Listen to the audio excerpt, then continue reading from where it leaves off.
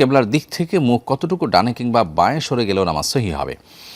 উত্তর হলো যে কেবলার দিকে মুখ করে সালাত আদায় করতে হবে এবং সেটি আমাদের জন্য ফরজ। যদি কেবলার দিকে সালাত আদায় না করে অন্য কোনো দিকে ফিরে কেউ সালাত আদায় করেন তার নামাজ হবে না। এখন প্রশ্ন হলো যে কেবলার দিক থেকে যদি মুখটা একটু এদিক ওদিক সরে যায় নামাজ হবে কিনা? উত্তর হলো যে মুখ যদি এদিক ওদিক সরে যায় তাতে নামাজে অসুবিধা হবে না, অর্থাৎ নামাজ হয়ে যাবে। যদিও কেবলার দিক থেকে খুব প্রয়োজন ছাড়া ডানে বামে মুখ সরানোটা অনুচিত এবং সালাতের কোয়ালিটি নষ্ট করে মাকরু করে দেয় সালাতকে। কিন্তু এর ফলে সালাত ভঙ্গ হয়ে যাবে না যদি মুখ একটু এদিক সেদিক হয়ে যায়।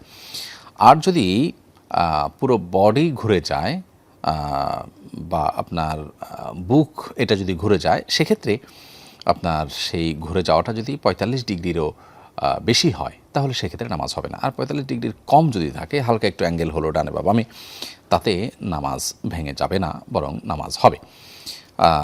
তবে খেয়াল রাখা দরকার যে বিনা ওজরে আমাদের কেবলা ডানে বামে মুখ করা যেমন উচিত নয়, ঠিক তেমনিভাবে একেবারে কাটায় কাটায় কেবলামুখী হওয়া এটা সালাত বিশুদ্ধ হওয়ার জন্য শর্ত নয়। ৪৫+ ডিগ্রি যদি ঘুরে যায় তাহলে সেক্ষেত্রে সালাত নষ্ট হওয়ার প্রশ্ন আসবে।